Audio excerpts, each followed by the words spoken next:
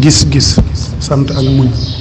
sant nag war na bépp doomu aadama waaye rawatina ab jullit, ndax bis boo xëyee gis loo am te sab nawle amu ko, wala loo xam te sab nawle xamu ko, wala noo mel te sab nawle melu ni.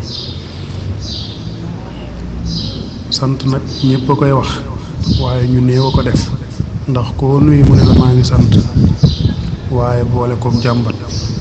ndax sant dëgg mooy xéewal yi la yàlla jox nga jaamoo ko te xam ne du sa ngóora. muñ itam war na ñépp, ndax lu la mën di dal yàlla la soob, te bu ko neexoon teg la lu ko raw te doo ci mën dara, ndax nu sab nattu toll rek am nattu féete na ko kaw. kon muñal. muñ dëgg nag mooy li yàlla dogal ci yow nga nangu ko te bañ a tuumaal kenn. Sëriñ Musaa Ka nee na nattu jullit day yokk ay maqaama mbaa muy seppi ñaawteef bisub xiyaama.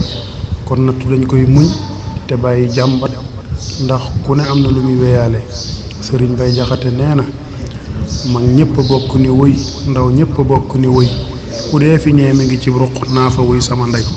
kon jullit day muñ nattu tey sant, ndax yàlla nee na ci alxuraan mi ngi ànd ak way muñ yi. wax na it ci alxuraan ni ku sant ñu dolli la. wolof nee na ku muñ muuñ. Saadix Taalib borom Madina.